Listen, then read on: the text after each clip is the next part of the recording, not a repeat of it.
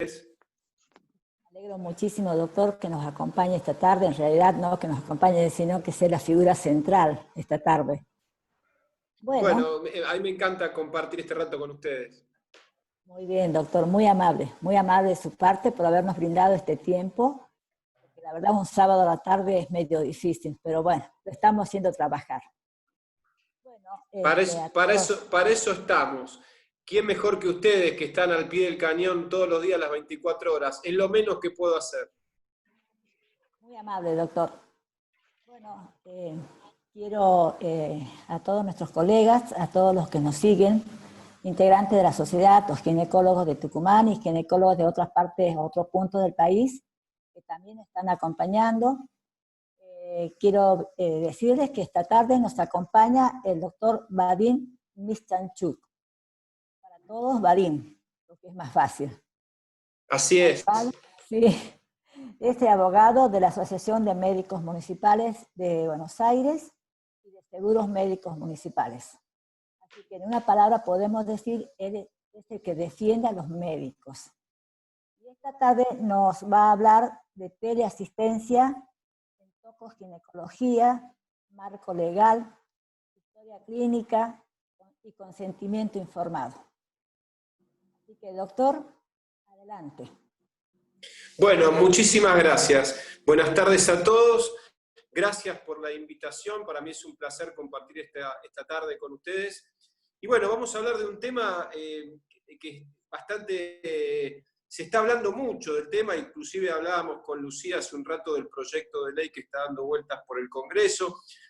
Así que bueno, la idea es, primero que hace tiempo que se viene trabajando utilizando la tecnología, o acaso, ¿quién no ha recibido algún tipo de consulta por WhatsApp o algún tipo de pedido de videollamada? Es decir, esto es una realidad. Y ahora, con el advenimiento de la pandemia, ha existido una especie de tendencia e inclusive recomendación por parte de algunas instituciones médicas a volcarse a la telemedicina.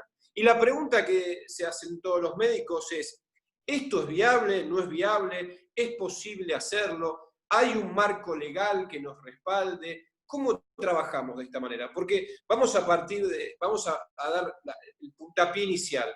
Convengamos que una consulta a través de cualquier medio tecnológico no reemplaza a la consulta presencial. ¿O acaso no me van a decir ustedes que cuando ven cómo el paciente entra caminando al consultorio, su conocimiento ya les empieza a decir cosas? ¿Es así o no es así? Cuando ustedes se fijan de qué manera el paciente se sienta, si hace una mueca, no hace una mueca, si se puede, cuando ustedes le dicen párese, acuéstese sobre la camilla, cómo se para el paciente, sobre qué pierna se apoya, si puede subirse solo a la camilla, es decir, esto vamos a decirlo con todas las letras, nunca una consulta a través de un medio tecnológico, por más avanzado que sea, va a reemplazar la consulta presencial en la que el médico, y escuchen lo que voy a decir, siente al paciente.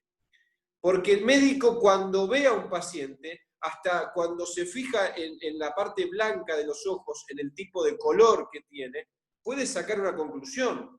Hasta del aliento de un paciente ustedes pueden llegar a obtener algún tipo de elemento para agregar al combo de signos y síntomas que los va a hacer sospechar algún diagnóstico sobre el que van a ir avanzando a través de estudios complementarios. Entonces, vamos a hablar de telemedicina, vamos a hablar qué es para nuestra legislación la telemedicina o la teleasistencia, pero partiendo de esta base, que nunca una actividad no presencial, una consulta no presencial, puede reemplazar a la consulta en la que el médico, y vuelvo a utilizar esta palabra, siente al paciente.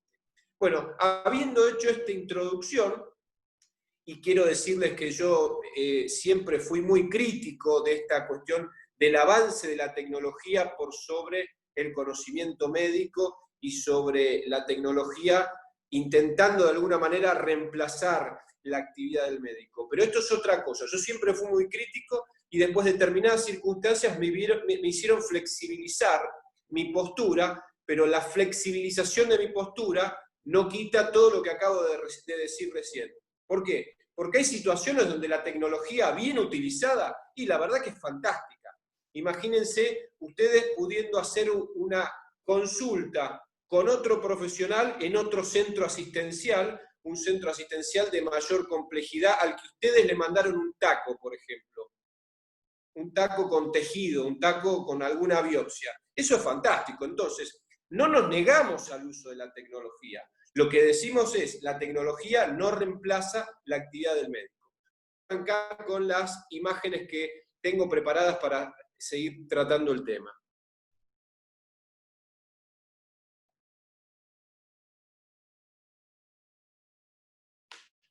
Bueno, vamos a arrancar. Marco legal y recomendaciones. Es decir, dije que antes de empezar esta jornada estábamos charlando con Lucía sobre un proyecto de ley que está girando por el Congreso, es decir, que ley no hay, pero sí hay un marco. Lo llamamos genéricamente marco legal, pero como vamos a ver ahora, no es un marco legal, sino que es un marco que está dado por determinadas resoluciones del Ministerio de Salud de la Nación y de la Superintendencia de Servicios de Salud de la Nación. Avanzamos. Yo sé que al respecto, antes de seguir avanzando, yo sé que en el mundo hay muchas cosas escritas, o inclusive en la Argentina, sobre telemedicina, sobre teleasistencia, algunas que tienen unos años y otras que son más actuales. Lo que vamos a ver ahora es lo cierto, es lo que, más allá de lo que podamos escribir, de lo que muchos autores o muchos profesionales, o inclusive detrás de esto también hay empresas interesadas. Entonces, más allá de todo eso, esto es de manera pura, de manera neta, lo que dicen las resoluciones del Ministerio. Entonces, en nuestro país, hoy lo que tenemos, en base a resoluciones ministeriales, son dos escenarios. El primero es el de la teleasistencia o teleconsulta, que es el vínculo mano a mano, por decirlo de alguna manera, pero es el vínculo entre el profesional y el paciente, utilizando una herramienta tecnológica. Esta definición no la inventé yo, no la elaboré yo, es la definición que está en la resolución 282 de este año de la Superintendencia de Servicios de Salud de la Nación. ¿Y qué dice? Que la teleasistencia o la teleconsulta es todo servicio asistencial y o consulta a distancia mediante el uso de tecnología adecuada, que no dice cuál es la tecnología adecuada. Entonces, ese es un primer escenario, la teleasistencia o la teleconsulta, que es el vínculo entre el médico o entre el profesional de la salud y el paciente utilizando tecnología adecuada, que reitero, no dice que es tecnología adecuada. Desde mi punto de vista, como un abogado que trabaja para ustedes, yo soy abogado de seguros médicos, sociedad anónima, y trabajo tratando de evitar que ustedes tengan juicios, y si los tienen, trabajamos para que ustedes salgan del juicio con cero consecuencia o con la menor consecuencia posible. Entonces, cuando hablamos de tecnología adecuada, ¿qué tenemos que decir? Y bueno, el médico evaluará qué es tecnología adecuada para cada caso. En algún caso se podrá usar una videollamada y en otro caso, más complejo, se requerirá una plataforma, una aplicación, como tienen algunas instituciones, en donde vos tenés la videollamada con el paciente en la mitad de la pantalla y en la otra mitad de la pantalla tenés la historia clínica con los antecedentes del paciente y tenés estudios complementarios que se fueron cargando.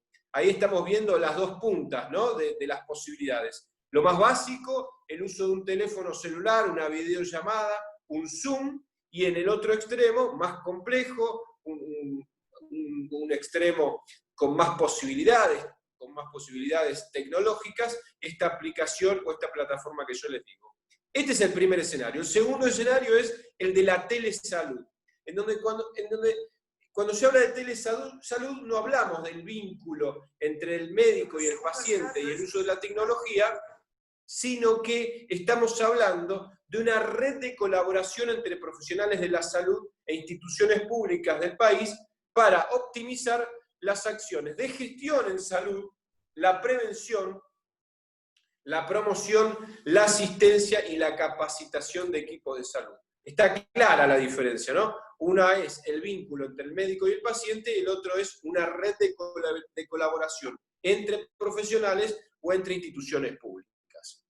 Cuando hablamos al principio del marco legal, y les dije que todavía no hay ley, hay un proyecto de ley dando vueltas, pero el marco jurídico, por decirlo de alguna manera, que tenemos hoy es este, que arrancó primero, el marco jurídico que tenemos arrancó primero con la cuestión de la telesalud y después con la teleasistencia.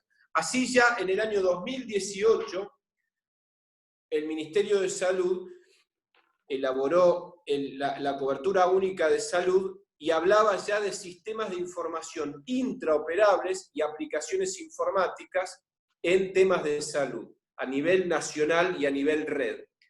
En el año siguiente sacó la resolución número 21 del Ministerio de Salud, donde dispuso de un plan nacional de telesalud para que haya esta interconectividad entre instituciones médicas. En el mismo año elaboró un plan de estrategia nacional de salud digital. Todo eso estaba antes del coronavirus.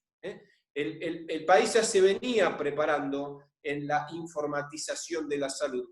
No es casual que algunas provincias antes y otras después empezaran a trabajar sobre todo lo que tiene que ver con la historia clínica electrónica, que arrancó allá por el año 2009 con la ley 26.529. Entonces, año 2009 se dio el primer puntapié con respecto a la tecnología, autorizando a partir de esa ley el uso de las historias clínicas electrónicas.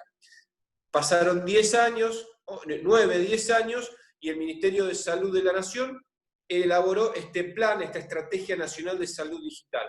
¿Qué pasó? En el año 2020 nos sorprende el coronavirus con todo lo que eso implicó y está implicando y lo que va a implicar para todos nosotros, a nivel mundial inclusive. Entonces, la Superintendencia de Servicios de Salud de la Nación elaboró una resolución, que es la 282, la que veíamos acá en el primer párrafo, hablando de la teleasistencia o teleconsulta. En esa resolución, la Superintendencia de Servicios de Salud de la Nación recomienda a las instituciones médicas, no obliga, pero sí recomienda que en virtud de la pandemia, y como también el Ministerio de Salud elaboró una serie de recomendaciones conforme la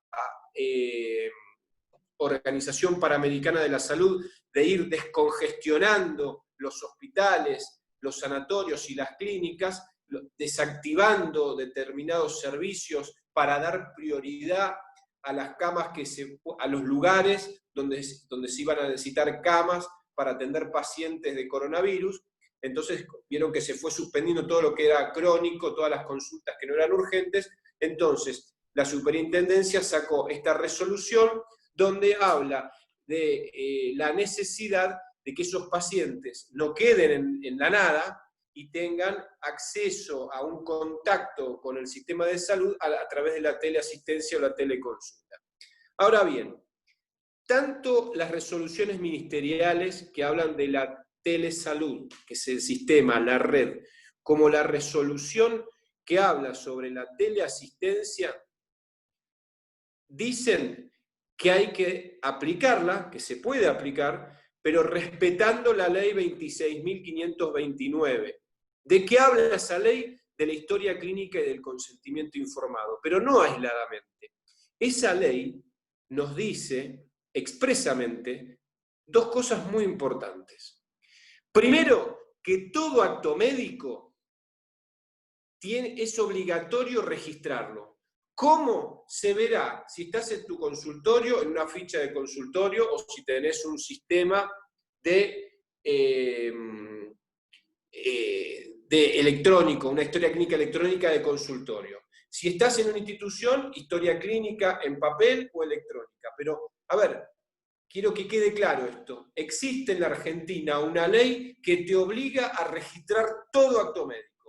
Y entonces, estas resoluciones que hablan sobre la telesalud y la teleasistencia dicen, bueno, la pueden aplicar, recomendamos su aplicación, pero tengan en cuenta que es obligatorio el registro de cada acto médico. de cada acto médico que yo lleve adelante. ¿Cómo? A través de un celular, porque recuerden que acá habla de tecnología adecuada, no dice que es tecnología adecuada. Y la respuesta es sí. Si vos entablás una conversación a través de un teléfono celular, a través de un teléfono fijo, a través de mail, a través de WhatsApp, a través de Telegram, cualquier tipo de plataforma que utilices, existe la obligación legal de registrarlo. ¿Cómo? Como vos lo consideres mejor, o con los medios que tengas, porque ustedes saben que nuestro país, inclusive la ciudad de Buenos Aires, tiene situaciones totalmente disímiles. Vos tenés un centro de salud instalado en el barrio 31 y a 10 cuadras tenés el Hospital Fernández. No es lo mismo. Bueno, como sea, tenés la obligación de registrar esos actos médicos. Y con respecto al consentimiento informado, también esa ley, reforzada por el Código Civil en el año 2015, dice que todo acto médico requiere consentimiento informado. Cuando digo esto en las charlas, y ustedes saben que me encanta compartir con ustedes charlas presenciales, pero bueno, ¿qué vamos a hacer? La pandemia también modificó este tipo de actividades. Siempre me dicen, pero para cualquier cosa se requiere consentimiento informado. La respuesta es sí.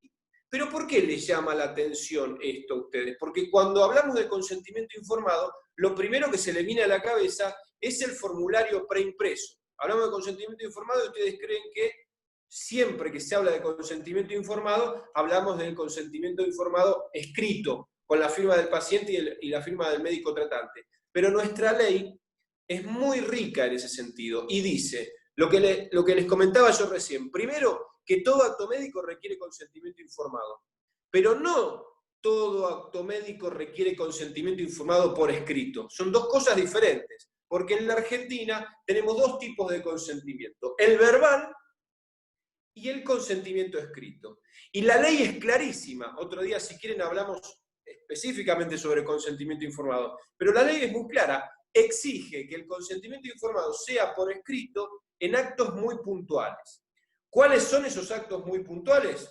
El primero, internación. Es decir, que si vos vas a internar a un paciente, ahí sí existe la obligación de que el consentimiento informado sea en papel, por escrito y con la firma del paciente y del médico. Segundo tipo de acto médico que requiere consentimiento informado escrito, las intervenciones quirúrgicas. Si vos vas a operar a un paciente, si lo vas a intervenir quirúrgicamente, es obligatorio que hagas un consentimiento informado por escrito. Tercero, habla de procedimientos diagnósticos riesgosos o invasivos. Requiere consentimiento informado por escrito. Cuarto, tratamiento riesgoso o invasivo requiere consentimiento informado por escrito. Ahora, fuera de todo eso, es decir, una consulta a través de medios tecnológicos, por ejemplo, no es obligatorio, o al menos la ley no exige que vos hagas un consentimiento informado por escrito, que de hecho tampoco sería posible, porque ¿cómo haces? La inventiva puede con todo, ¿no? Pero a ver, ¿qué? Le mandás un documento por escrito, el paciente lo imprime, lo firma y lo escanea o te lo manda, ¿y cómo sabes si lo firmó el paciente? Y no lo hizo, bueno, no se puede, no se podría instrumentar un instrumento, y para la redundancia, no se podría instrumentar un documento que el paciente te firme a través de medios tecnológicos, porque en la Argentina todavía no tenemos firma digital, salvo para casos cerrados, para grupos cerrados, empadronados y registrados, como por ejemplo un hospital, un sanatorio, que tiene como firma digital a todo su personal empadronado y a cada uno le dio un PIN, una clave, una contraseña, y eso se toma como firma digital. Pero digamos, entre personas que no se conocen, que no tienen registrada la firma, no está legislada todavía la firma digital. Entonces, volviendo al tema de la telemedicina, ¿es obligatorio pedirle consentimiento al paciente? Sí. De hecho, en el proyecto de ley que amablemente Lucía me facilitó recién, habla justamente del consentimiento y dice justamente esto, que es obligatorio el consentimiento informado, pero no dice que sea por escrito, obviamente. Si vos a ese paciente lo mandás a internar, por ejemplo, porque por la charla que estás teniendo a través de un medio tecnológico te dice que tiene determinados dolores, te dice que tiene determinados antecedentes y vos sabés algo de ese paciente y lo mandás a internar, bueno, cuando le internen, ahí sí existirá la obligación de que hagan el consentimiento informado por escrito. ¿Por qué? Porque la ley dice que internación, intervención quirúrgica, proceso diagnóstico, proceso terapéutico, riesgoso o invasivo requiere consentimiento informado por escrito. Pero la consulta a través de un medio tecnológico, no. Entonces, entramos a lo que es el consentimiento informado verbal. Dice, ¿cómo se documenta el consentimiento informado verbal? Y el consentimiento informado verbal se documenta de la siguiente manera. Se pone por escrito que vos le explicaste al paciente los alcances y los límites que tiene este tipo de consulta, que no reemplaza a la consulta presencial, que le explicaste al paciente que al no ser una consulta completa, le vas a brindar determinadas pautas de alarma, anotás todo lo que le explicaste, el paciente te dice, bueno, acepto tratarme, no, acepto llevar adelante esta consulta, y vos anotás que habiéndosele explicado al paciente los límites y los alcances de este tipo de consulta, el paciente lo comprendió y aceptó seguir adelante. Entonces ahí tenés los dos requisitos de la ley 26.529, que es aplicable aún cuando haces telemedicina. Es el registro del acto médico y el consentimiento informado del paciente. Así como estas resoluciones ministeriales y el proyecto de ley que está en danza hablan de cumplir con estas cuestiones que son obligatorias, también se cita a la ley 25.326. ¿Y de qué habla esta ley? Es la ley de protección de datos personales, la que resguarda la confidencialidad de los datos que yo le ofrezco al sistema de salud o que yo le doy al sistema de salud. Es decir, que si vos haces telemedicina, si vas adelante una consulta no presencial, también tenés que cumplir con esta ley y tenés que proteger, resguardar los datos que el paciente te está brindando voluntariamente y los datos que vos obtengas, por ejemplo, de estudios complementarios. Por ejemplo, datos sobre si el paciente es COVID positivo, un tema que lo meto así por la ventana, pero es muy importante y hemos tenido muchos problemas con el manejo de los resultados positivos de los pacientes o de los colegas médicos, que no se puede divulgar el nombre y apellido, ni de los pacientes ni de los colegas médicos. El tratamiento de ese dato epidemiológico lo tiene que hacer desde el punto de vista epidemiológico la institución que detectó ese positivo.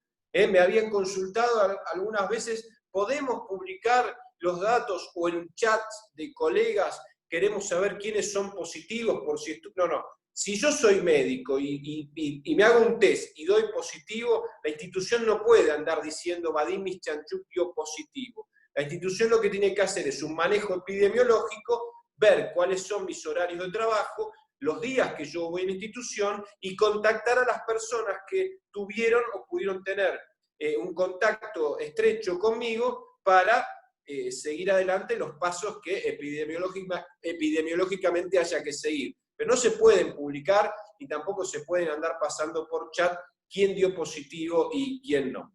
Bueno, entonces ahí me fui un poquito de tema, pero me pareció interesante hablar del asunto. Entonces, el marco legal que tenemos hoy, que no incluye una ley, sino resoluciones ministeriales y de la Superintendencia de Servicios de Salud, nos obliga a cumplir con la ley de historia clínica y consentimiento informado, con la ley de protección de datos personales y con el Código Civil y Comercial en cuanto a las edades. ¿A qué paciente atiendo? Bueno, de la misma manera que si fuera una consulta presencial, el nuevo Código Civil y Comercial de la Nación establece que una persona de 16 años ya puede prestar su consentimiento para ser asistida por un médico y puede prestar su consentimiento para todo tipo de acto.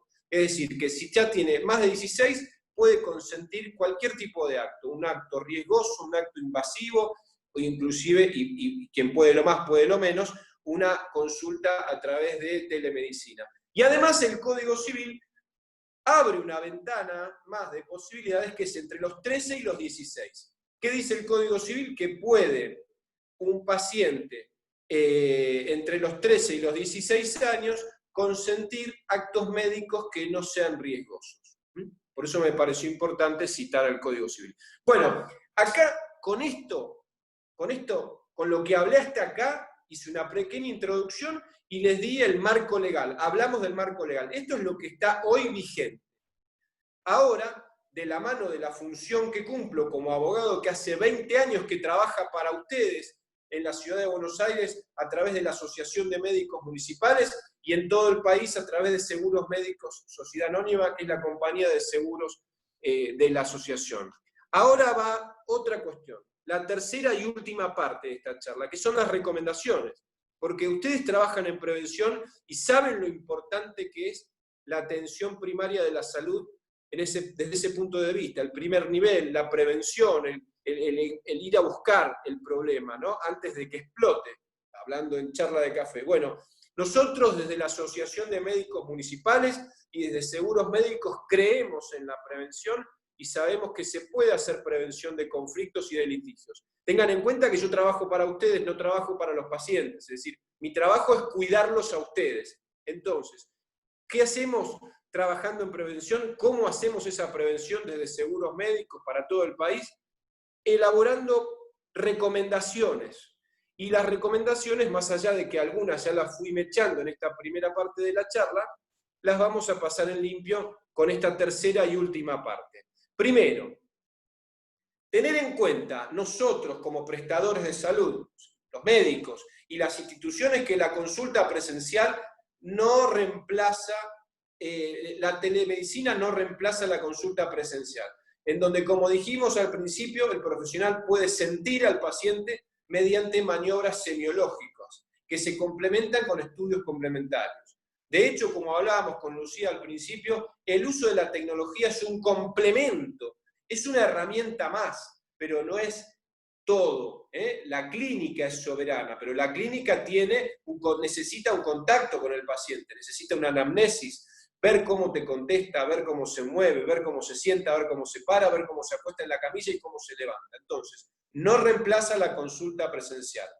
Hay que hacerle saber, y tenemos la obligación de hacerle saber al paciente, las limitaciones, los alcances y las limitaciones que tiene este tipo de consulta, y que es orientativa, no es diagnóstica ni terapéutica. ¿O acaso alguien me puede decir que a través de una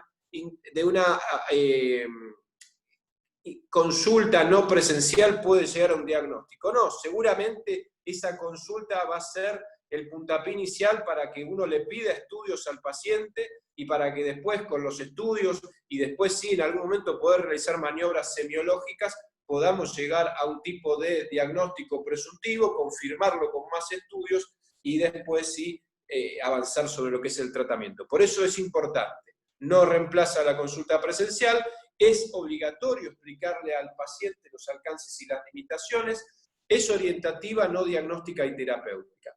Puede ser, muchos que están a favor del uso de la tecnología y de la telemedicina, muchos apretan, muchos hacen presión para decir, bueno, pero en algunos países los oftalmólogos tienen unos aparatos y unas aplicaciones que si vos acercás el ojo te pueden hacer el estudio. La verdad es que no tengo posibilidad de saber cómo funciona eso ni dónde. Yo soy muy consciente, trabajé en la justicia y hace 20 años que laburo para ustedes y recorro el país, lo saben perfectamente, con la gente de Seguros Médicos. En años anteriores íbamos a una provincia por semana con mi amigo Pedro Galfrascoli. Sabemos que no es la realidad nuestra, es decir, yo no conozco ningún aparato ni ninguna aplicación que permita en la Argentina acercar el ojo a la cámara y que el oftalmólogo me haga un diagnóstico. Entonces, vamos a hablar de lo que pasa acá, porque seguramente, seguramente no, conozco gente que da charlas sobre telemedicina y te dice que es la panacea. Bueno, yo que conozco cada rincón de este hermoso país, les digo que no sé, yo no lo vi nunca y dudo que llegue porque a veces hasta tenemos problemas de conectividad con la internet. Entonces, bueno, con los pies sobre la tierra tenemos nuestro marco legal propio, con los pies sobre la tierra hablamos de las aclaraciones y vamos a las recomendaciones. Es reiterativo, pero yo sé que es importante. Informar al paciente de las limitaciones del tipo de consulta, pedirle el consentimiento, como dijimos, informar que no reemplaza la consulta presencial y llevar un registro detallado. Algunos me dicen, pero si yo tengo guardada la conversación de WhatsApp, no sirve. no sirve, te roban el teléfono, pasa algo con WhatsApp que es una nube. La obligación del médico es él llevar un registro, no puede delegar en un tercero, en WhatsApp, en Telegram, que no sabemos ni quiénes son ni dónde están esas empresas. Entonces, la obligación, según la ley argentina, es que el médico lleve un registro.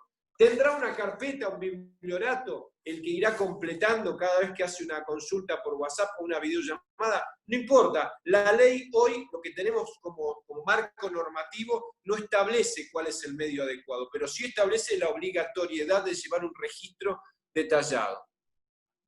Brindar pautas de alarma, es decir, si vos estás teniendo una conversación, obviamente esto tiene sus matices según cada especialidad, ¿no? Pero si vos estás teniendo una conversación, tenés la obligatoriedad de decirle al paciente, mire, esto, yo entiendo que usted me dice que tiene un dolor abdominal, pero al no poder palparlo, le digo que si ese dolor persiste en las próximas 2 horas, se acerque a la guardia. Es decir, brindar pautas de alarma, y brindarlas es anotarlas.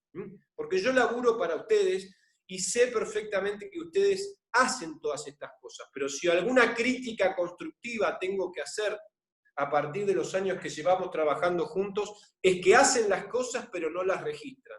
Y lamentablemente, cuando entramos a tribunales, les tengo que decir algo, en tribunales no se juzgan hechos reales, se juzga un hecho que es reconstruido.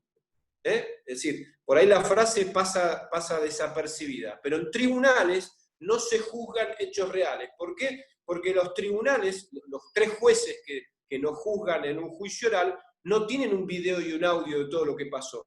Entonces, primero se reconstruye el hecho y después 3 jueces deciden levantar el pulgar o bajar el pulgar en base a lo que se pudo reconstruir. ¿O vos pensás que los jueces creen todo lo que vos decís? No, te lo digo como ex empleado de tribunales. Nosotros a los imputados no les creemos. Siempre fue lo que decíamos. En charlas de café, y en desayunos, es decir, en tribunales todo el mundo miente. Porque los procesos judiciales se llevan adelante a partir de la reconstrucción del hecho. Entonces, si vos no podés reconstruir el hecho y no documentaste que le dijiste a la persona que si el dolor subsistía 1 hora y tenés la hora en la que se está desarrollando esa llamada, y tenés la hora y está el paso del tiempo y no lo anotaste, el paciente no va a decir, sí, el doctor me dijo que vaya, y yo no fui. No, mienten, los pacientes lamentablemente mienten. Cuando se atraviesa la puerta de Talcahuano 550, que es el edificio de tribunales que está acá a 2 cuadras, los pacientes mienten. Es una triste realidad. Entonces, brindar pautas de alarma y registrar. Registrar todo. Los datos del paciente, el motivo de la consulta, las recomendaciones, la pauta de alarma y el consentimiento. Entonces, como vimos, estamos cerrando la parte de recomendaciones, hablamos de las recomendaciones, cerramos las aclaraciones y ya hablamos del marco legal. Con esto cierro el tratamiento de este tema, dejando una última recomendación, es que si estás teniendo una consulta, estás haciendo teleasistencia, siempre tenés un plan B. Tenés que tener el mail del paciente, tenés que tener el teléfono del paciente o el teléfono de algún familiar cercano, porque si se corta internet y perdiste contacto con el paciente, tenés que tener la posibilidad de aplicar un plan B. Bueno, acá cerramos. Tengan en cuenta que esto es dinámico. Puede ser que la ley sobre estos temas salga ahora o la semana que viene. Entiendo que la ley también se va a tener que meter en otras cuestiones. ¿Qué pasa con la matrícula? Es decir, ¿puede un médico matriculado en la Ciudad de Buenos Aires? Bueno, eso seguramente va a surgir de las preguntas. Entiendo que el doctor Bartolomé ahora está organizando esa cuestión. Yo les agradezco mucho. Acá les planteé el tema, lo que tenemos vigente. Hay un proyecto de ley dando vueltas y hay mucho escrito sobre el tema, pero mucho escrito también sobre otras realidades. Yo les hablo de la realidad de nuestro país y la realidad de nuestro sistema de salud, tanto el público como el privado, que conozco muy bien hace 20 años. Gracias. Bueno, muy bien, Vadim. Excelente tu explicación. La verdad que cada vez que escuchamos un abogado, uno como médico se asusta un montón. Porque sabemos que todos podemos estar en algún momento en esta situación, en la situación legal. Y realmente es un golpe muy terrible que nos dan, porque creo que todos los médicos actuamos lo mejor que podemos tratando de aplicar todos nuestros conocimientos. Pero Bueno, existe la posibilidad esa. Y es por eso que nosotros te invitamos ahora para que estés. También quiero decirte Sí. de que nuestra sociedad también tiene el seguro médico municipal de ustedes y realmente nos sentimos muy respaldados. Bueno, ahora el doctor Bartolomé Lloveta, todos conocidos acá en Tucumán, que es docente de la Universidad Nacional y miembro de la comisión directiva de Sogotuc, se va a encargar de las preguntas. Doctor Bartolomé, aparezca en pantalla, por favor. A ver. Doctor Lloveta. Que no me están, ¿ahora me escuchan? Sí, ahora te Sí. estamos escuchando. Perfecto. Podemos ver también. Si Sí, podés poner no, el pero video. no sé por qué no me ven porque estoy intentando... Ahí está. Recién me están dejando pasar. Perfecto. Bien. Muy bien. Muchas gracias, doctor Badín, por su exposición. Hay algunas personas que le mandan saludos personales aquí en el chat y en las preguntas. Y también quiero agradecer la presencia de colegas de Chaco, Santiago del Estero, Buenos Aires, Jujuy, que nos están, y si me olvido, perdón, si me olvido de alguno, que nos están acompañando en esta conferencia. Voy con la primera pregunta. Nos pone una doctora. Se está poniendo de moda una aplicación para hacer recetas de anticonceptivos sin conocer a la paciente. ¿Es legal? Bueno, a ver, primero quiero decir una cosa. No todo es legal o ilegal, hay ciertos grises. Ahora, yo les digo algo. Es un riesgo altísimo hacer eso. Desde mi punto de vista, es una actividad que yo desaconsejo, porque sin conocer a la paciente, vos no podés conocer sus antecedentes, no tenés forma de certificar quién es la que te está hablando, es decir, es un riesgo altísimo. Yo no recomiendo hacer recetas a través de medios tecnológicos, salvo que, no lo recomiendo, pero digo, se puede hacer si es un paciente que vos ya conocés, no es la primera consulta, ya lo venís atendiendo y por razones X, la pandemia o lo que sea, mantuviste algún tipo de relación o de entrevista a través de un medio tecnológico, pero es un paciente que ya conoces. La verdad es que no hay ninguna ley hoy, por lo menos, porque la pregunta es legal o no es legal? No hay una ley que lo prohíba, pero no siempre que no haya una ley que prohíba algo, es algo que se puede hacer, sino que asumís un riesgo muy importante. Vayamos a las bases, vayamos a las fuentes. La ley de ejercicio legal de la medicina sigue vigente y ahí existe la obligación del médico en cuanto a lo que es el vínculo con el paciente. Así que, si bien no hay ninguna ley que lo prohíba, es una práctica que yo la desaconsejo, salvo que sea un paciente del cual vos ya conozcas su historial, sus antecedentes, sus patologías o no, y tengas certeza de quién es el paciente. Y una pregunta ligada a esto sería, si es que yo teniendo matrícula puedo hacer una receta o cualquier tipo de receta por telemedicina. Se la puedo hacer a mi primo, a mi papá, al amigo que está en otro lado. ¿Puedo hacer cualquier cosa? No. A una pregunta concreta la respuesta es no y ahora la voy a fundamentar. Hacer una receta o un certificado médico, otro día si quieren hablamos de certificados médicos, es un acto médico. Es un acto médico de tal relevancia que le puede provocar daños a la salud del paciente o inclusive la muerte. Entonces, vos tenés un acto médico reconocido así por la legislación vigente, que puede provocar un daño o una muerte y que te puede llevar a perder la matrícula o inclusive a tener una pena de prisión. Entonces, ese es el fundamento por el cual te digo que no, que vos no podés hacer una receta en esas condiciones. Perfecto. Están preocupados por un asunto, doctor, que es el de los honorarios médicos en la telemedicina. ¿Cuál es su opinión al respecto? Bueno, la verdad... El problema, sobre todo en estas nuevas cuestiones de pandemia, conversando con colegas, es que yo puedo hacer una receta, mandarla por foto y cómo cobro eso que he hecho. Porque no siempre Sí. Bueno, en primer lugar, yo quiero decir a una cuestión tan concreta que el acto médico debe ser retribuido. Sea una consulta virtual, una consulta no presencial, que genera consecuencias en la salud del paciente y que trae una responsabilidad y que puede tener una consecuencia legal para el médico, por lo cual el acto médico debe ser retribuido a través de un pago.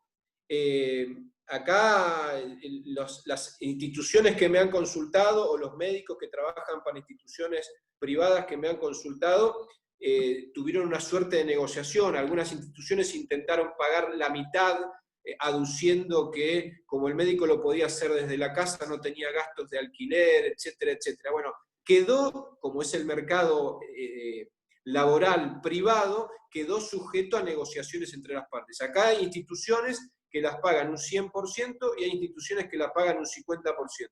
Yo soy abogado de un gremio de la parte pública, así que ese problema no lo hemos tenido que tratar en nuestra mesa de trabajo. Pero en el sector privado, y he recibido consultas al respecto, hay instituciones que pagan un 50% y hay instituciones que pagan un 100%. Que debe ser remunerado no me cabe la menor duda. La mecánica, la instrumentación de cómo ha sido remunerado, bueno, también depende de la institución. Por ejemplo, yo hice una consulta con un familiar mío, con un hijo mío, y la empresa de medicina prepaga me pidió que entre a un sistema, no por la consulta, sino por la receta, que entre y me daban una especie de código QR, y con ese código QR que tenía una validación temporal X, el médico, en este caso una dermatóloga, se aseguraba de cobrar la consulta, de acreditar que la consulta existió y de cobrarla, y yo de obtener la receta para ese medicamento. Es decir, las formas para hacerlo son variadas, dependerán de la tecnología de mayor o menor sofisticación, pero lo importante es que recomiendo que no se acceda a llevar adelante actos médicos por el menor valor. Ya es bastante baja la consulta médica y es motivo de pelea continuo, o inclusive es muy común que el médico en el sector privado sea obligado a trabajar como monotributista, es decir, son todas cosas para trabajar a futuro, pero lo cierto es que debe ser remunerado, y la forma en la que tiene que ser remunerado, bueno, podrá ser por transferencia bancaria a través del CBU, código QR, Mercado Pago, hay aplicaciones. Yo conozco una aplicación, por ejemplo, que para entrar ya tenés que entrar con la tarjeta de crédito, por ejemplo. Pero bueno, el sistema de salud argentino es tan variable, tiene tantas diferencias según la institución de que se trate, que podríamos estar horas hablando. La recomendación como abogado que trabaja para ustedes y que tiene puesta la camiseta es que la consulta la tienen que cobrar, porque es una consulta que a ustedes les trae consecuencias legales y les lleva tiempo, y ustedes se capacitaron años y siguen capacitándose permanentemente. Algo que admiro yo de los médicos es que están continuamente capacitándose. Eso merece ser retribuido. Continúo, doctor. Cuando se registra la consulta se hace telemedicina y se registra la consulta en la historia clínica, ¿es suficiente para hacer constar el acto médico de que ha habido una consulta virtual? ¿Registrarlo en la historia clínica es suficiente? ¿Es adecuado? Excelente esa pregunta, y me encanta cuando hablamos de registrar los actos médicos. Es un tema que me gusta porque es muy importante. Si vos no tenés una aplicación o una plataforma que te permita llevar adelante la consulta y a la vez registrarla, lo podés registrar en tu ficha de consultorio o de registrar en una historia clínica. Por supuesto que es una prueba válida. Vos me dirás, bueno, pero el paciente no firmó. Bueno, pero estará después, ya entra en una cuestión de hecho y prueba de que la llamada existió, anotás la hora de inicio, la hora de finalización. Si es por un Zoom, hay profesionales que están trabajando por Zoom, sobre todo en salud mental. Vos tenés la hora de inicio, la hora en la que terminaste, y tenés quién estuvo conectado del otro lado. Es decir, lo que hay que hacer es registrarlo. Es una prueba válida, es una prueba. Yo encantado si tengo que enfrentar un juicio con esa prueba, y muy triste me pongo cuando tengo que enfrentar un juicio y no tengo forma de acreditar que el acto médico existió. Aunque sea mínimamente en un cuaderno, en una ficha de consultorio, donde sea, pero tiene que estar registrado porque es una obligación legal.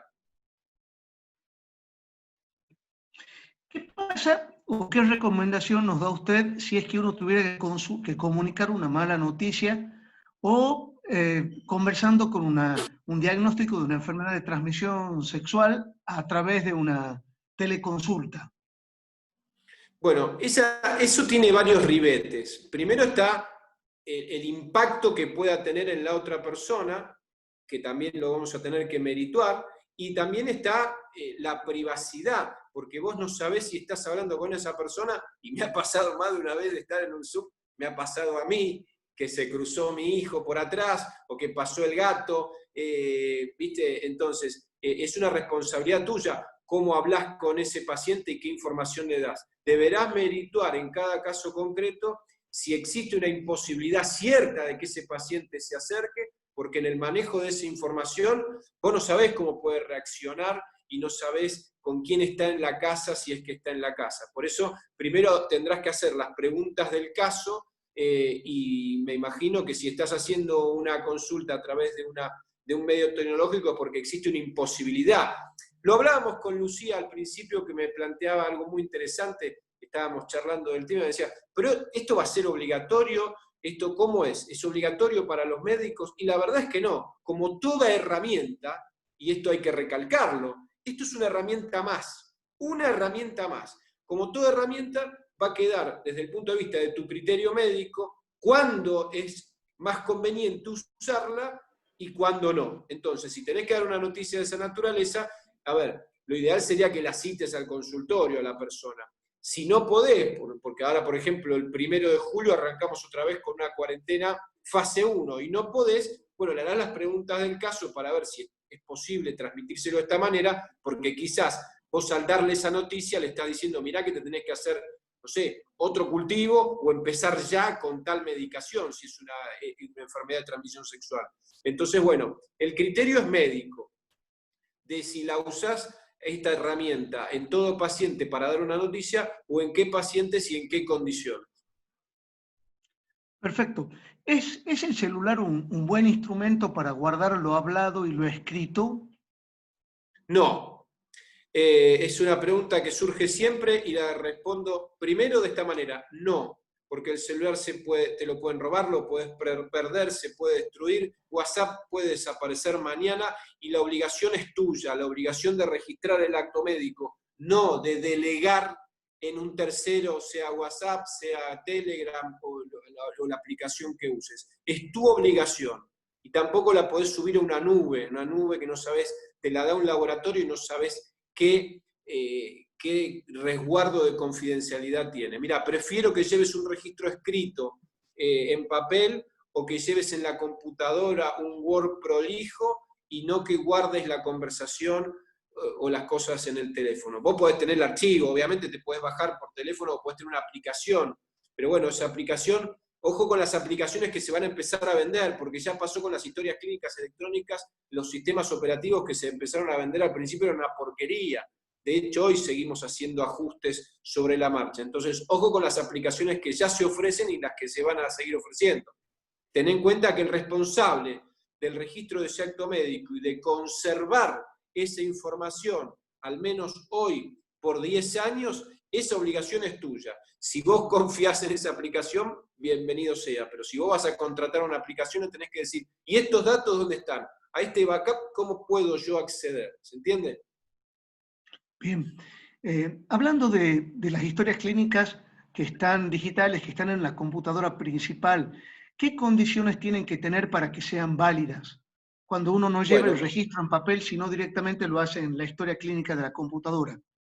Bueno, la ley 26.529 es la que habla sobre ese tema y su decreto reglamentario. Es una ley nacional. ¿Y qué dice? Para que una historia clínica electrónica cumpla con esa ley, es decir, que la podamos usar y sentirnos tranquilos, tiene que cumplir al menos con 3 requisitos. El primero de esos requisitos es que esa historia clínica, a esa historia clínica y a los datos que allí se almacenan, tengan acceso solamente un grupo cerrado de personas, un grupo de trabajadores de la salud que trabajan para una institución o para el gobierno de la Ciudad de Buenos Aires, por ejemplo, o para la provincia de Tucumán, que tengan acceso un número de personas determinado, limitado y empadronado. Y a partir de ese empadronamiento se le va a dar una clave de acceso, para que quede registrado si yo un domingo a la tarde entré en la historia clínica del doctor Hacking, por ejemplo, que es paciente. Yo, bueno, entonces, ¿para qué entró el doctor Vadim Pichanchuk a la historia clínica del doctor Alejandro Hacking? Un domingo a la tarde, ¿se entiende? Es decir, tiene que haber una forma de que quede claro que con esa clave que me dieron a mí, 1, 2, 3, 4, eso va a suplir mi firma, como no hay firma digital, no hay gancho digital en la Argentina, tenemos, primer requisito, un número cerrado de personas con acceso a esa historia clínica. Segundo requisito, que sea registrado, y ese registro es a través de una firma electrónica o digital, que no es el gancho digital, sino que es un código, una clave, una contraseña. Y tercer requisito es que esa historia clínica no se pueda borrar y escribir como si fuera un Word. Viste que cuando te sentás a escribir en un Word, escribís, después te arrepentís, borrás y no queda nada de lo que escribiste. Bueno, las historias clínicas electrónicas tienen que guardar lo que escribís y te tienen que dar un tiempo para hacer modificaciones o agregados, porque vos te podés haber confundido al pasar un estudio de laboratorio o lo que sea, entonces te puedes haber confundido, tenés que poder volver a entrar. Algunas historias clínicas te dan un lapso de horas para poder volver a entrar, y otras historias clínicas, para entrar a hacer esas modificaciones, te obligan a pedirle eso a un suprausuario, un usuario, digamos, que está autorizado por la autoridad competente a hacer esas modificaciones a pedido tuyo. Generalmente te pide que le hagas una nota y que digas por qué querés cambiar los resultados de ese laboratorio. Entonces vos le decís, mirá, cuando pasé el laboratorio tenía 2, pasé el de la señora de la cama 307 en el lugar de la cama de las 309, me confundí, entonces queda todo registrado. Pero entonces, ¿se puede usar la historia clínica electrónica? Sí.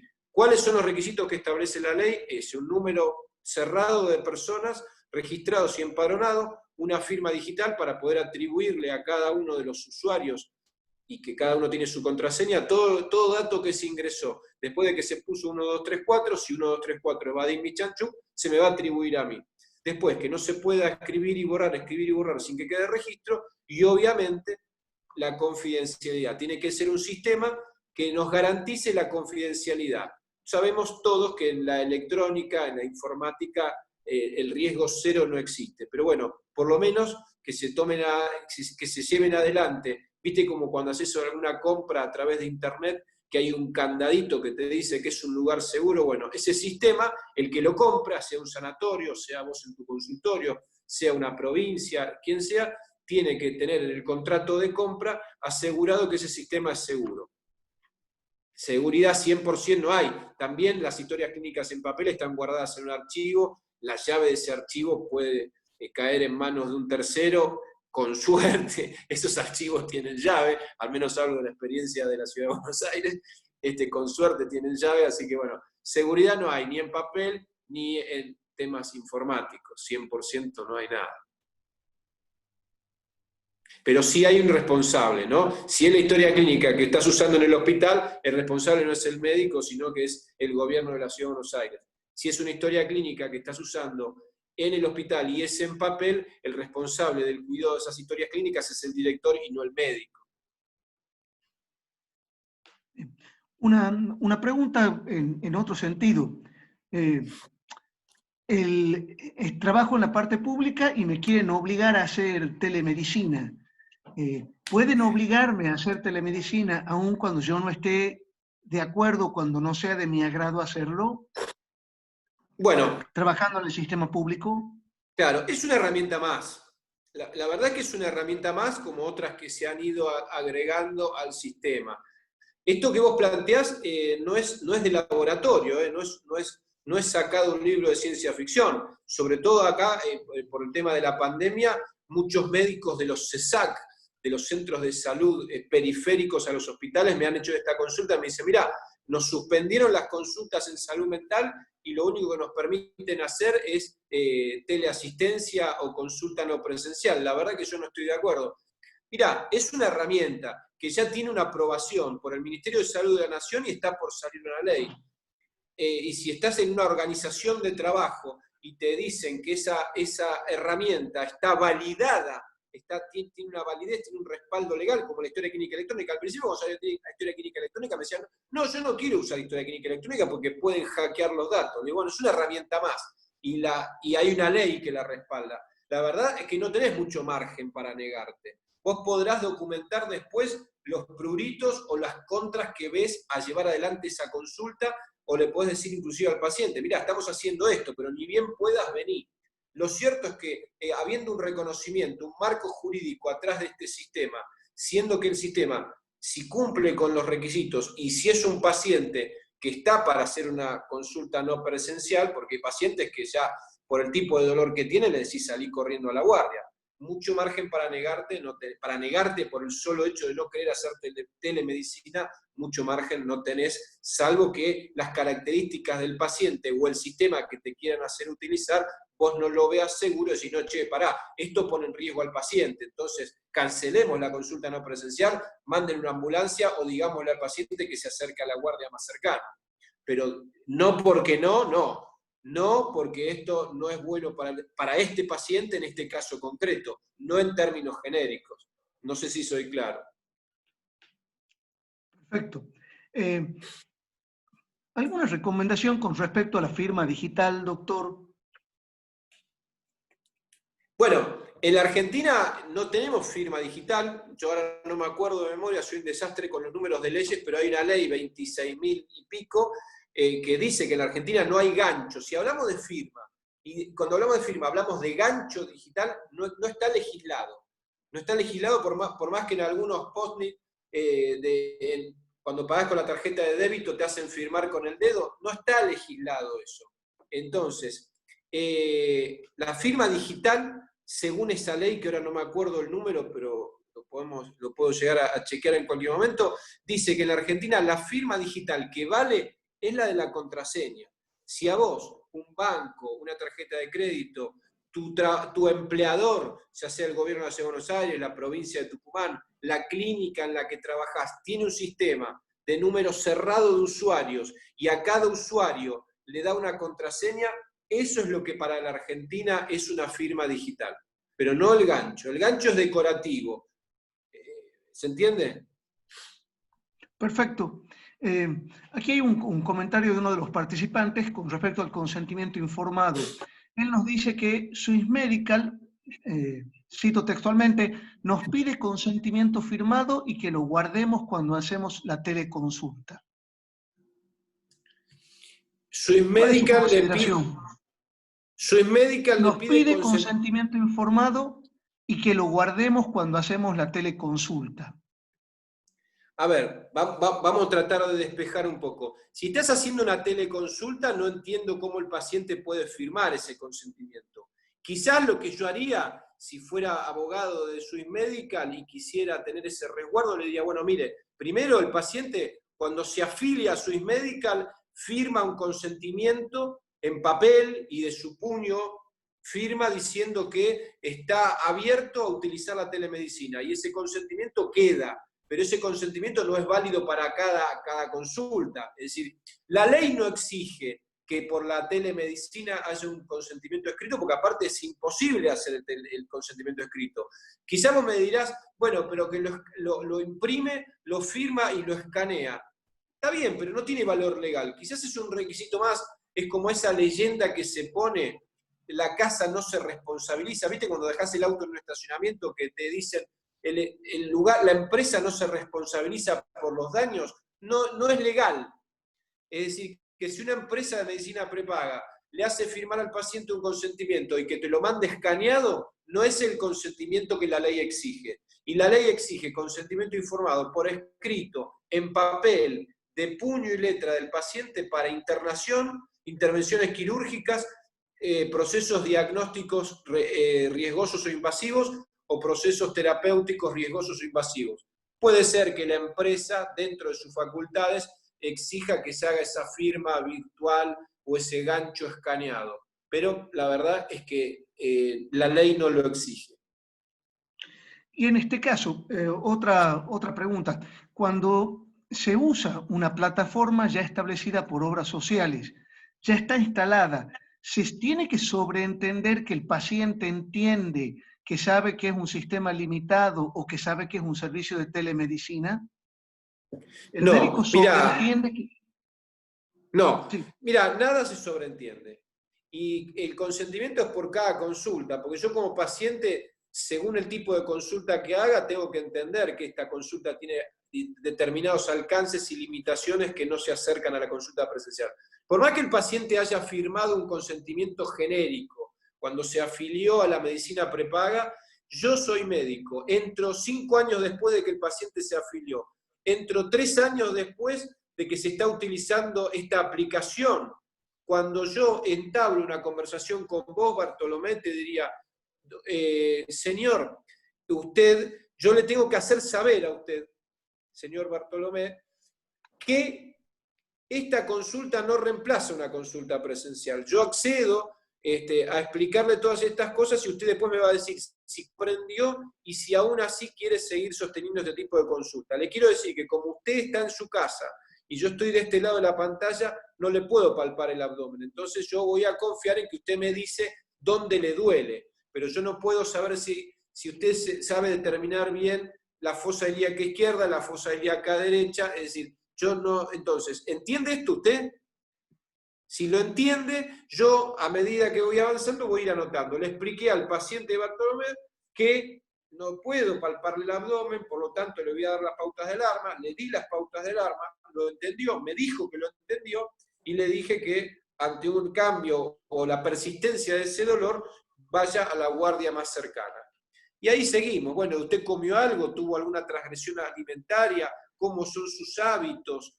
¿Hace vida sedentaria? ¿Toma alcohol? ¿No toma alcohol? ¿Tiene antecedentes quirúrgicos? ¿Tuvo alguna cirugía abdominal? Ya, entonces empezamos con la consulta, pero el puntapié inicial es que yo te haga saber a vos que esto no reemplaza la consulta presencial, que si el dolor persiste según las características tuyas y del dolor que me estés manifestando, tenés que acercarte a una guardia. Entonces, eso lo anotás como consentimiento informado. En cada consulta que haría, si yo fuera médico y entro a trabajar y ya está todo este circo armado, en cada consulta le haría esas preguntas. Seguramente no sería tan torpe como lo estoy siendo ahora e iría adquiriendo una gimnasia consulta tras consulta. Perfecto. Una pregunta con respecto a la matriculación de los médicos. Nosotros tenemos matrículas provinciales. Se supone que por la matrícula provincial yo solamente puedo ejercer en la provincia de Tucumán. Y además que existen autonomías provinciales. Entonces, ¿qué valor puede tener la matrícula nacional para otras provincias o qué valor puede tener mi matrícula provincial para trabajar en la nación con telemedicina? Bueno, un tema fundamental ese, muy buena la consulta. Nuestro país es un país federal y las provincias le han delegado al Estado Nacional algunas cosas, como la emisión de moneda, algunos impuestos, etcétera, etcétera, pero las cuestiones de salud se las reservaron. Es decir, que cada una de nuestras hermosas provincias tiene autonomía completa sobre las decisiones en salud. Eso trae acompañado de otras cosas. Tienen el poder de policía sobre los médicos que tienen y el contralor, a través de los colegios médicos. La Ciudad de Buenos Aires no tiene colegio médico, por eso depende de la matrícula nacional, del Ministerio de Salud de la Nación. Pero las provincias tienen colegios médicos que regulan la matrícula y llevan un control.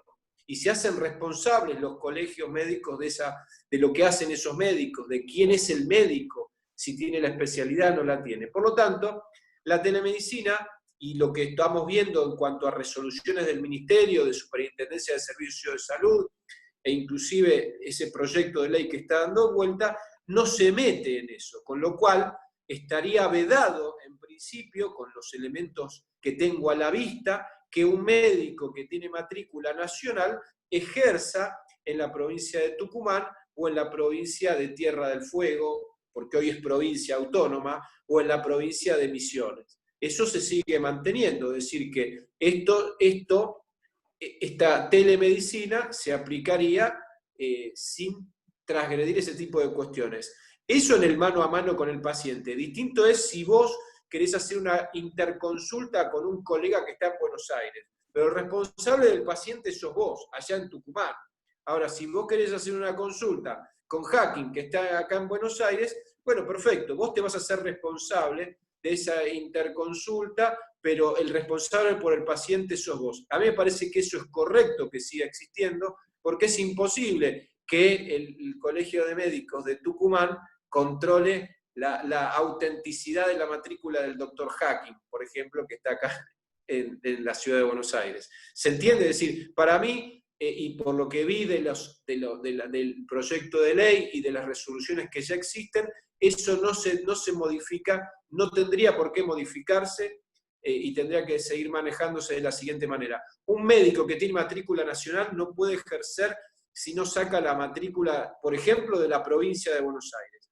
Y ya ha habido casos en donde se les han iniciado causas por ejercicio ilegal de la medicina. Porque por más que seas médico, y quizás un médico de amplia trayectoria y con un gran reconocimiento, cuando se habla de ejercicio ilegal de la medicina, el delito no es solo para aquel que ejerce la medicina sin título habilitante, es el que ejerza la medicina sin título habilitante o sin la autorización correspondiente. Es decir, vos podés tener título habilitante de médico, pero si no tenés la autorización de la provincia en la que estás trabajando, estás haciendo, en principio, a mí no me gusta hablar en términos genéricos, se te puede llegar a acusar de estar llevando adelante el ejercicio ilegal de la medicina. Esto puede parecer injusto, a algunos les puede parecer bien, a otros les puede parecer mal, unos quisieran que haya una matrícula que te permita trabajar en todo el país. La verdad es que yo no estoy en condiciones de decir cuál es la mejor solución.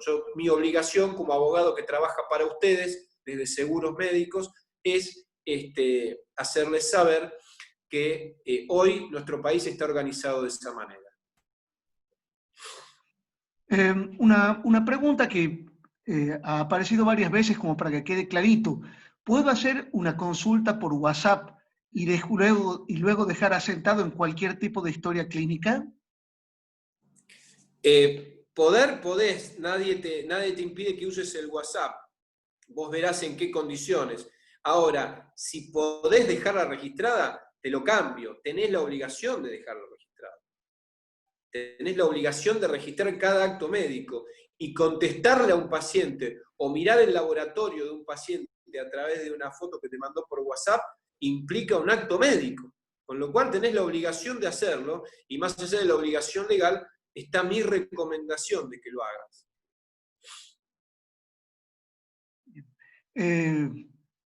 Ahí voy con la siguiente.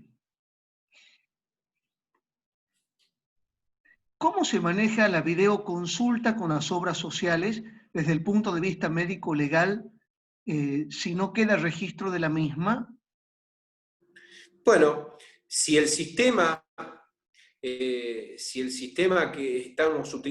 se utiliza en esta hipótesis, ¿no? En esta pregunta sobre un caso hipotético, no tiene un registro, persiste tu obligación de registrar el acto médico. Por ejemplo, yo, si terminamos en un ratito esta conversación y fuera un acto médico, una consulta con vos, por ejemplo, registraría que a las 16:30, a través del ID tanto, me comuniqué con vos, tus datos, tu número de carnet, etcétera, etcétera, y que terminó a tal hora y que se desarrolló de la siguiente manera, que te expliqué que no te podía palpar el abdomen, por más que toque la pantalla y por más que vos te acerques a la pantalla no te pude palpar, te explicaría todo. Entonces, si trabajás en una obra social que tiene un medio rústico, un medio elemental, no es esa aplicación que tienen algunos lugares donde tenés la mitad de la pantalla la cara de la persona y la otra mitad la historia clínica, los estudios complementarios, etcétera, etcétera. Si no tenés ese sistema y tenés un Zoom, por ejemplo, lo dejás registrado vos, que además es tu obligación, y es mi recomendación. Perfecto. ¿Qué opinión tienes sobre que tengamos una ley sobre telemedicina? ¿Es bueno, es malo? Bueno, la verdad es que yo quiero reconocer A mí hay algo que no me molesta, es reconocer mis limitaciones, por un lado, y por otro lado, cómo sobre el mismo tema, frente a distintos escenarios, fui cambiando de opinión. A mí no me parece mal que haya una ley, después veremos el contenido de la ley, porque la verdad es que la tecnología nos invade. Entonces ya nos invade la tecnología. El que haya una ley de telemedicina no nos obliga a utilizarla en todo paciente y en todo momento. Es una herramienta más que nosotros veremos cuándo utilizamos. Es cierto que hay instituciones donde te dicen, mira, ahora por la pandemia no cites a los pacientes, ten una videollamada, pero estamos hablando de situaciones excepcionales. Entonces, ¿qué opino de que haya una ley? Y mira, si ya existe, porque los pacientes ya se comunican con nosotros a través de WhatsApp, ya hay aplicaciones, ya la mayoría de las empresas de medicina prepaga las tienen funcionando. Si ya existe en la vida real, es bueno que haya una ley que la regule. Después, si querés, de acá a un mes, tenemos otra charla y te doy mi opinión sobre la ley, si salió. Pero si es algo que ya pasa, está bueno que haya un marco regulatorio. Y le prometo, doctor, la última pregunta. En una institución en donde hay un grupo de personas que tienen que todos tienen la posibilidad de entrar a una historia clínica, ¿qué pasa si yo hice la historia clínica y algún otro médico, un médico residente, por ejemplo, hace un resumen de lo que yo he puesto o hace un diagnóstico presuntivo o me escribe en mi historia clínica? Bueno, si partimos de lo que dice la ley de historia clínica electrónica, de que para entrar a esa historia clínica, a ese sistema, yo tengo que poner la contraseña, ese residente, si yo desarrollé 2 hojas de evoluciones del paciente y después un residente hace un resumen, no sé para qué, pero bueno, así es el ejemplo, él se va a hacer cargo de lo que puso en ese resumen. Si omitió cosas, se hará responsable de omitir esas cosas como aquel que omite cosas en una epicrisis, en una historia clínica de papel. Es decir, la historia clínica electrónica nos deja frente al requisito de tener una contraseña. Si el que vino después que yo y utilizó la contraseña y se mandó un pifie porque hizo un resumen de algo que yo hice en una evolución de 3, 4, 5 hojas y omitió algo, el responsable va a ser él. Perfecto. Bueno, muy bien, doctor, lo dejamos tranquilo, lo dejamos de molestar en este momento. Yo tengo algo sí. para hablar, tengo sí, una por favor. más, que no la hicieron hasta acá, pero seguramente apagamos y alguien va a decir, me olvidé de preguntar. Y tiene que ver con... Tengo una. Ah, bueno. Por favor, Lucía, entonces vos primero. Yo creo que este momento, nosotros la mayoría somos pocos ginecólogos y hacemos obstetricia. Y el tema que a nosotros nos toca va a ser es mucho más difícil, creo, porque nosotros sabemos que la paciente obstétrica hoy está bien y mañana es una bomba de tiempo. Si nosotros hacemos telemedicina, creo que tendría que ser quizás en forma muy ocasional o excepcional, porque es importante la presencia de la paciente y que uno pueda evaluarla, tomarle la presión, ver los latidos, hablar con la paciente y ver y verificar si no hay algo que pueda aparecer hoy o que pueda aparecer mañana, que nos pueda llamar la atención y que muchas veces esto lo rescatamos, digamos, esencial. ¿Qué pasa a la paciente obstétrica si te hace una consulta por telemedicina? Bueno, yo creo que en obstetricia, Lucía, es en la especialidad donde más se restringe la posibilidad de usar esta herramienta. Si vos me preguntás a mí en cuanto a 2 cuestiones. Primero, el riesgo médico legal para ustedes y segundo, el bienestar de la paciente. Creo que en la obstetricia es justamente una de las especialidades donde menos margen tenés para hacer telemedicina. A ver, vos tenés que ver esa panza, tenés que escuchar esos latidos, tenés que medir la altura, tenés que ver la movilidad de esa paciente. Es decir, lamentablemente para algunos, yo creo que inclusive, por eso fui uno de los que sostuvo cuando arrancó todo lo de la cuarentena, que no se podían cerrar los consultorios de los obstetras. acá tuvimos unos problemas terribles, primero por discriminación, a los médicos que vivían en edificios y los acusaban y querían que se fueran del edificio, y después aquellos que tenían un consultorio en un edificio, y eso nos llevó a hacer muchas denuncias penales por discriminación, inclusive por restringir el acceso al derecho a la salud, porque esa paciente embarazada es mejor que vaya al consultorio del obstetra antes que vaya al hospital, en la medida de lo posible, ¿no?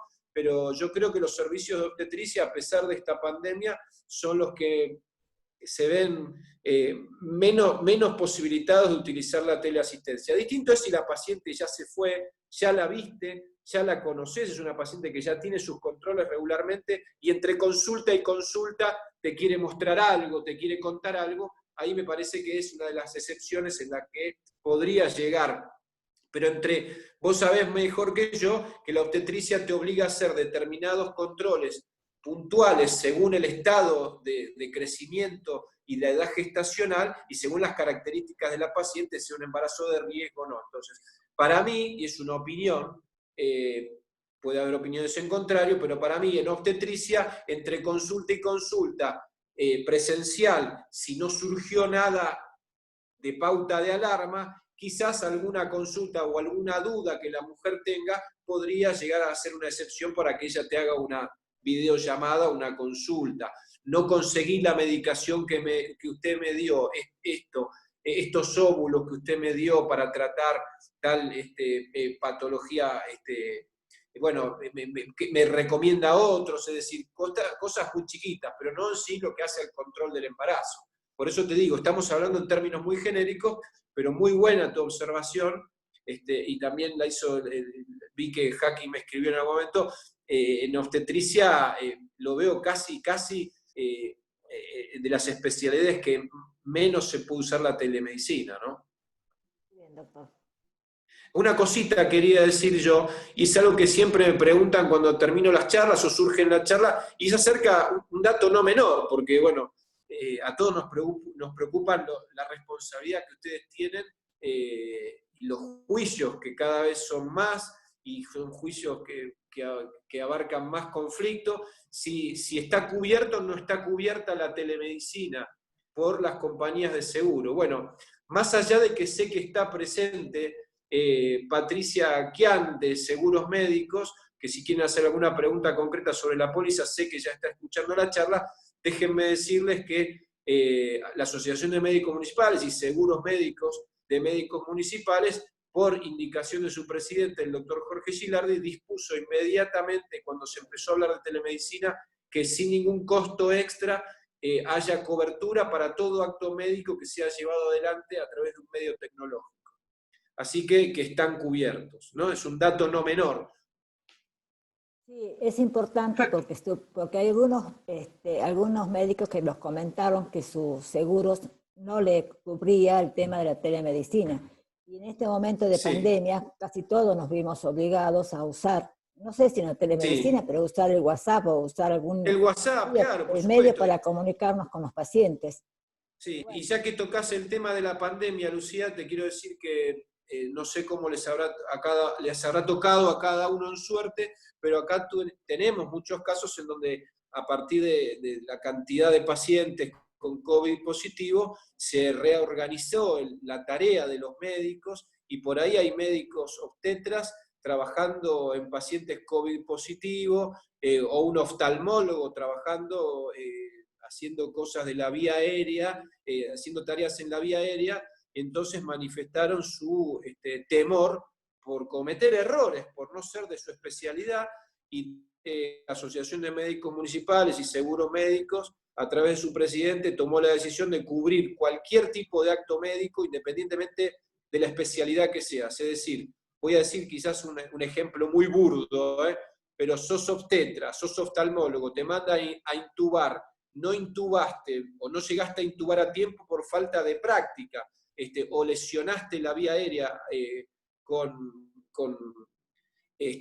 al intentar hacer las maniobras, estás cubierto por la Asociación de Médicos Municipales.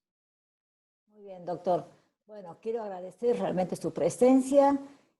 Usted es muy importante para nosotros porque cada vez que tenemos un problema legal estamos sobre ustedes. y quiero agradecer a todos los que están acá presentes, que hoy sábado a la tarde estuvieron acompañándonos. Desde la sociedad le agradecemos a todos y bueno, dentro de poco estaremos igualmente con otro tema. Muchas gracias a todos. Gracias, muchas gracias. Muchas gracias. Hasta luego. Bartolomé. Sí, hasta luego. Saludos. Chao, doctor. Un abrazo. Un Gracias. abrazo.